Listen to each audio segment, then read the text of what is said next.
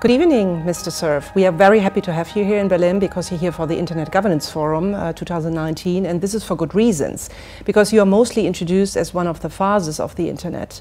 You co-designed the TCP/IP protocol and the Internet architecture. This year we celebrate the World Wide Web's 30th anniversary. Looking back at the origins, does the vision you had for the Internet still match with reality? What makes you proud and what concerns you when you see how the Internet evolved? So these are all wonderful questions, and thank you for the opportunity to respond to them. Just to set the timing record straight, World Wide Web and the Internet are two different things. The web sits on top of the underlying infrastructure of the Internet. So this year we're celebrating the 50th anniversary because in 1969, the first two computers that were part of the ARPANET, the Advanced Research Projects Agency network, were interconnected with each other on October 29th, 1969. That was the beginning of a packet switching experiment that was sponsored by the Defense Advanced Research Projects Agency. Now, if you flywheel forward a little bit, Kahn and I began the design of the Internet in 1973. We basically got that design done in about 6 months. We published a paper in 1974, and then we began implementing. And we discovered, of course, we didn't get everything right, so we had to reiterate over on the detailed design of the protocols. But by 1983, we could turn the Internet on operationally. Not very long after that, Tim Berners-Lee started working on his World Wide Web in 1989, and by 1991, he was able to turn the World Wide Web on, which is an application sitting on top of the infrastructure of the Internet. And this was a very fortuitous combination. The Internet, by that time, was already a commercial service in the United States, for example, and it was spreading very widely in the academic community. And so Tim's design sat nicely on top of an already global system.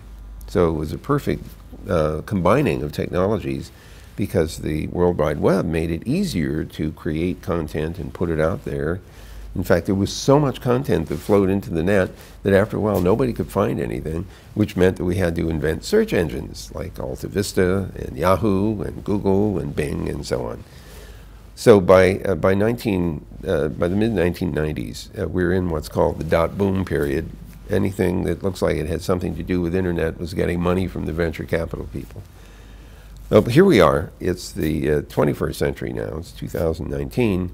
And we now have a substantial amount of experience with what happens when a system like the Internet and the World Wide Web ends up in the hands of the general public. And this is one of those emerging phenomena that you don't necessarily predict, at least I certainly didn't. What we discovered is that Shakespeare was right, that we still read Shakespeare's plays because he tells us all about, the bad things that people do and all their motivations. People haven't changed in 400 years. So we have people in the Internet, World Wide Web, who actually don't have our best interests at heart. They generate malware, they do denial of service attacks, they send phishing emails, they do all kinds of bad things. However, despite all of that, it's astonishing how much good stuff goes on the Internet today. Huge amounts of useful information. What's particularly powerful, of course, is the arrival of the smartphone, which combined two other technologies, the World Wide Web and Internet technology on the one hand, and mobile telephony and smartphones on the other. And these two things were mutually reinforcing because the mobile phone made the Internet more accessible, and the Internet made the mobile phone more useful because of all the content and applications that the Internet could support. So in the 21st century, we're now faced with this struggle. How do we get some control over bad actors in the Internet environment while preserving the openness, the freedom of expression, the freedom of exchange of data, the sharing of content, sharing of applications, the invention of new applications? So that's the struggle that we have right now, and that struggle is not solved purely by technology. In some cases, it's going to take legislation to say something about what we are willing to accept and what we are not willing to accept about behavior in the online environment. So that's our challenge over the next few decades, is to how to maintain the Internet's value while we're trying to make sure people are safe and secure in this online environment.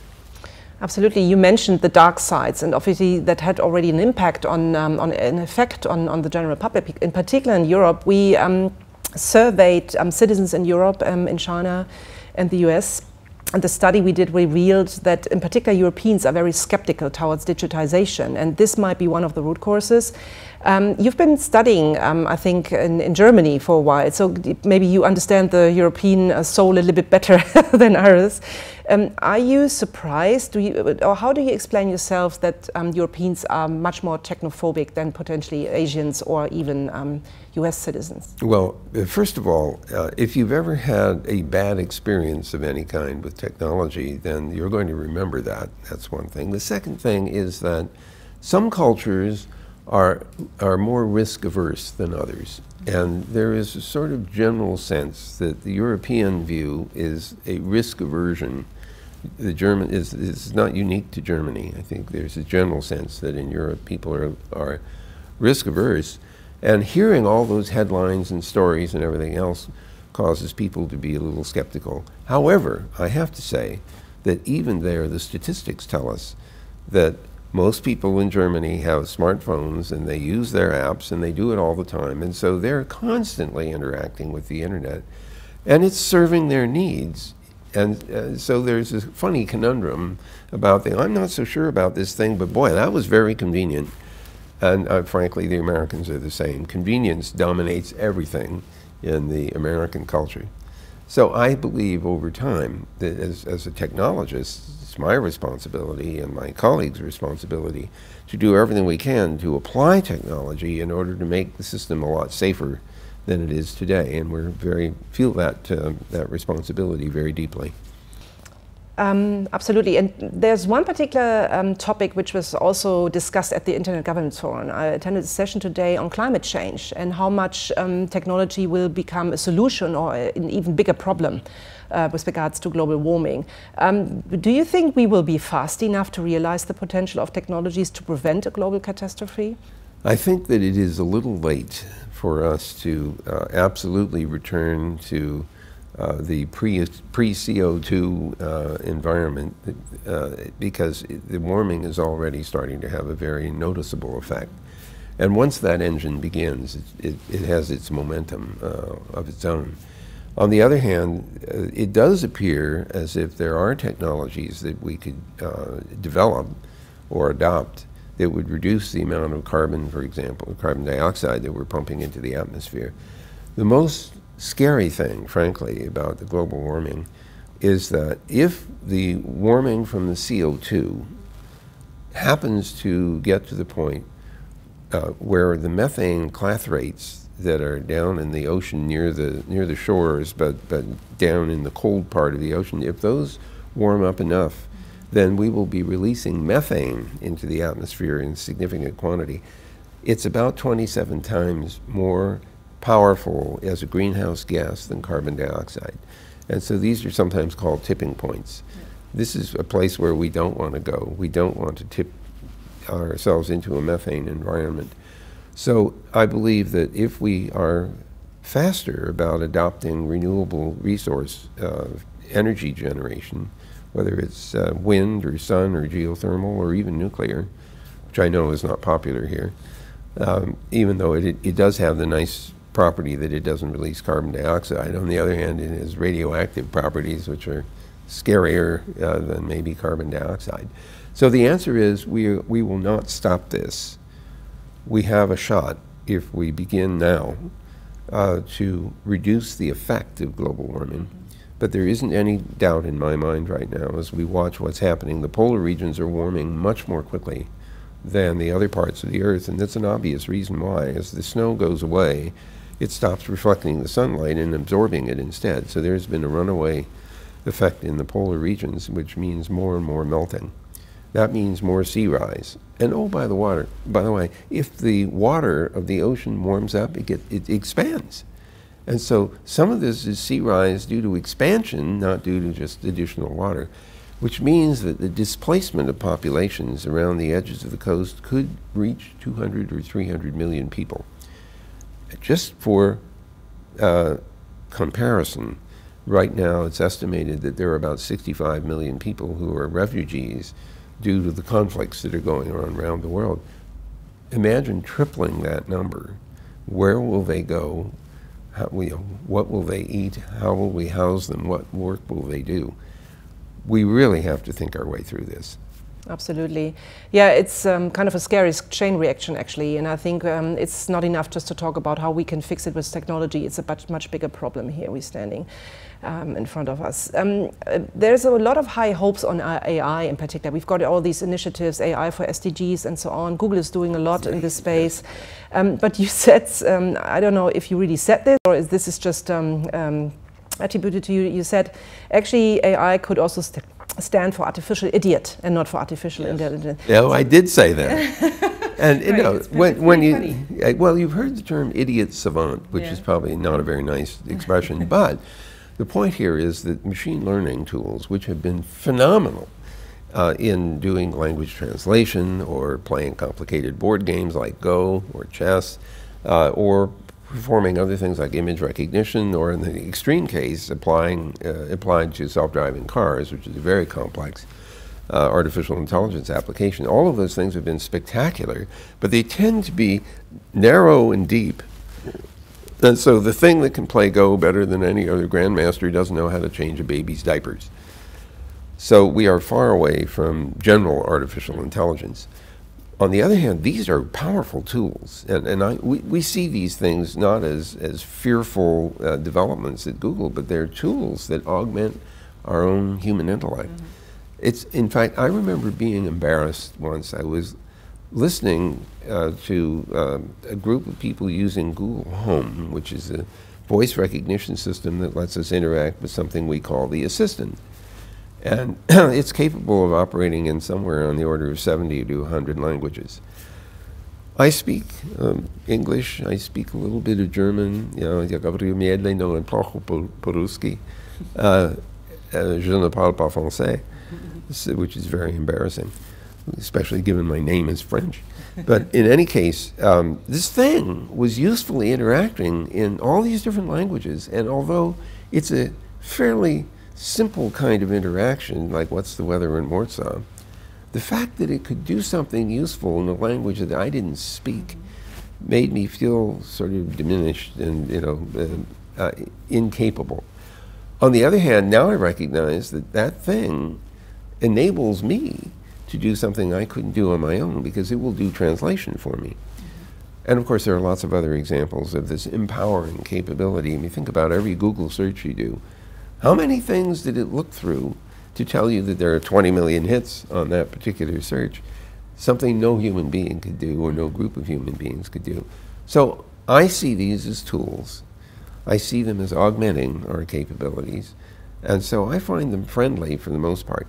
I will say, however, that this idiot savant notion, this artificial idiot, is deserved in the sense that some AI algorithms are brittle. And so they break in ways that we sometimes don't anticipate. You've seen examples of image understanding where you've classified a whole bunch of pictures of animals and other objects. And you showed a picture of a cat and it says it's a cat, and you pat the computer on the head. Then someone, maybe another program, changes a few of the pixels of the cat image, and the other machine learning program says it's a fire truck. And you know, you and I look at this and say, it doesn't look like a fire truck to me. It has furry ears and a tail. The problem is the way it's recognizing the image is not the way you and I do. We abstract features from the image and we sort of classify that. This thing is using pixels and probability and weighted graphs in order to do the recognition. So the thing that's important for us to keep in mind is that these tools, when they work beautifully well, are really helpful, but sometimes they're going to break in unexpected ways. So we have a responsibility to make sure we understand how these things might break and how to avoid relying on them to make decisions on their own that might turn out to be wrong. So sometimes a person needs to stay in the loop. Yeah. Yeah, hopefully our next generation of cars won't be driven by a cat algorithm.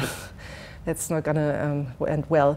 Let's take a little bit to the concerns people have with AI.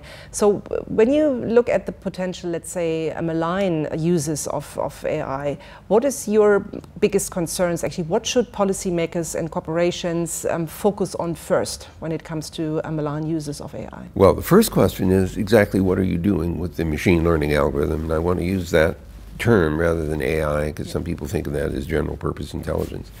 So the first question is, well, what is it going to do? And then the next question is, do you have any idea how it might fail? And it might fail in a variety of different ways. Some of them are subtle. For example, it might have been trained against a data set that has biases built into it. We've had a lot of experience with this unexpected built-in bias from the data set training.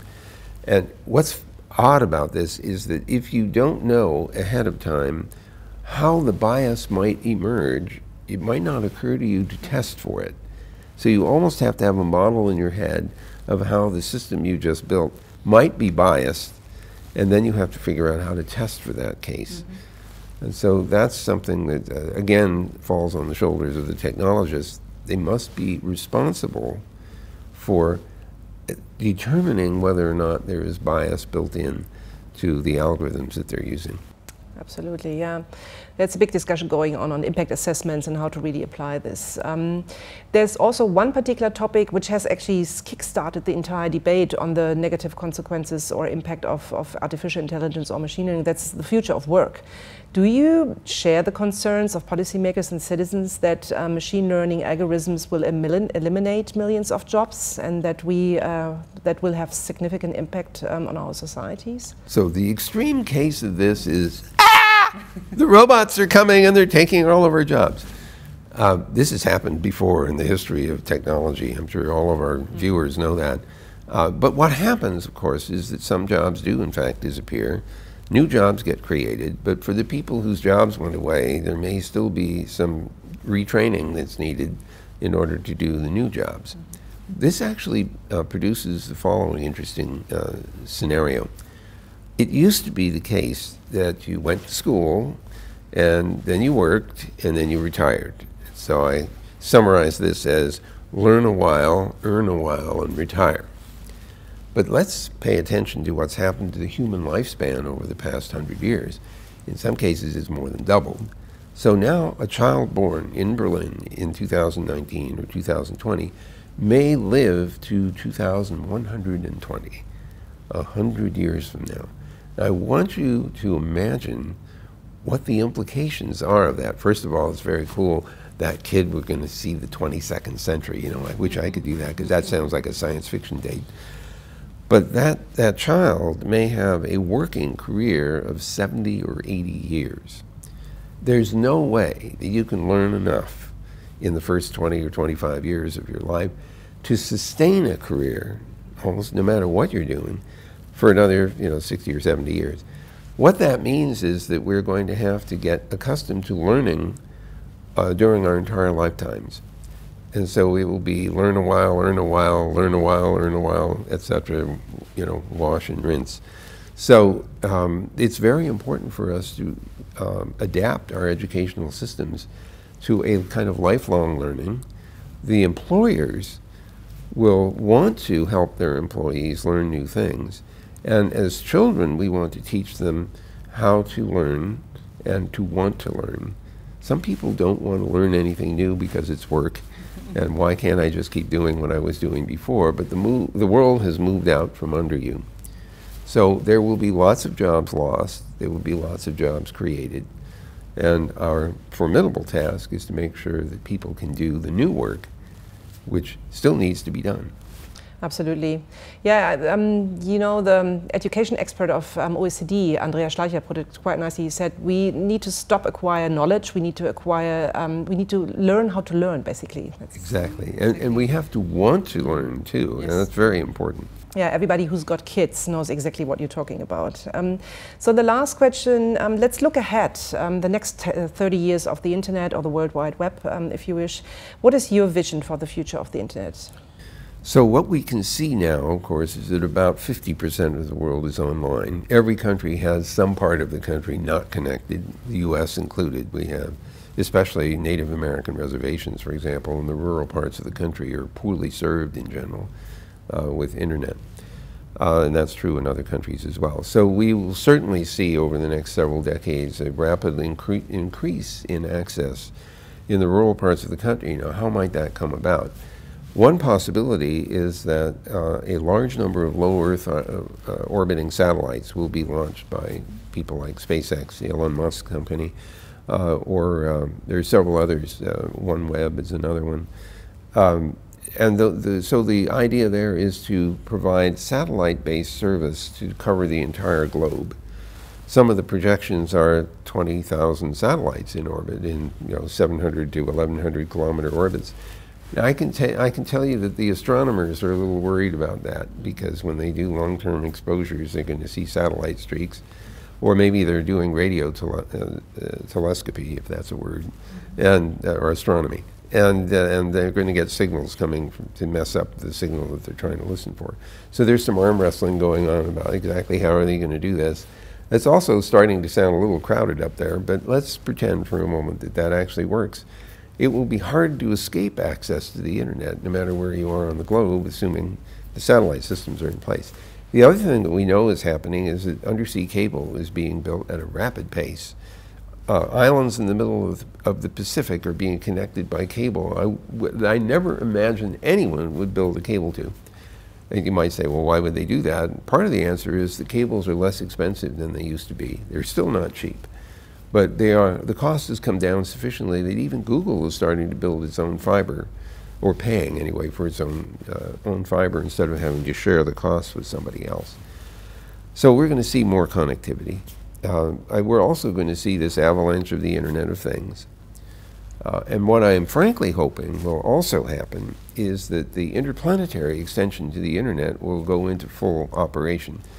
Right now, the interplanetary protocols, which are not exactly the same as TCP/IP, are in operation on the surface of Earth and the International Space Station and on Mars, both in orbit and on the ground. The Consultative Committee on Space Data Systems, of which ESA, the European Space Administration or Agency, is a member, along with NASA and JAXA and Japan and so on, have standardized the interplanetary protocols. And those protocols are now proposed to be used for missions after the 2020 period. What that means is that when we launch missions to the outer planets or the inner planets, spacecraft, when they finish their scientific mission, we can repurpose them to be nodes of an interplanetary backbone. So we can build this backbone network to support manned and robotic space exploration. So I won't be around to see all of that materialize, but we've been working on this since 1998 at the Jet Propulsion Laboratory and other laboratories of NASA and ESA and JAXA. And so we're starting to see real significant uptake in the space programs. So that's pretty exciting. It's sort of like living in a science fiction story. Absolutely, I agree. I hope whoever is out there is using the same protocols. Thank you so much, Vinton. That was a great conversation. Well, thank you. I obviously enjoyed it. I look forward to hearing more from you and your colleagues here. Yeah, absolutely. Looking forward to it. Thanks.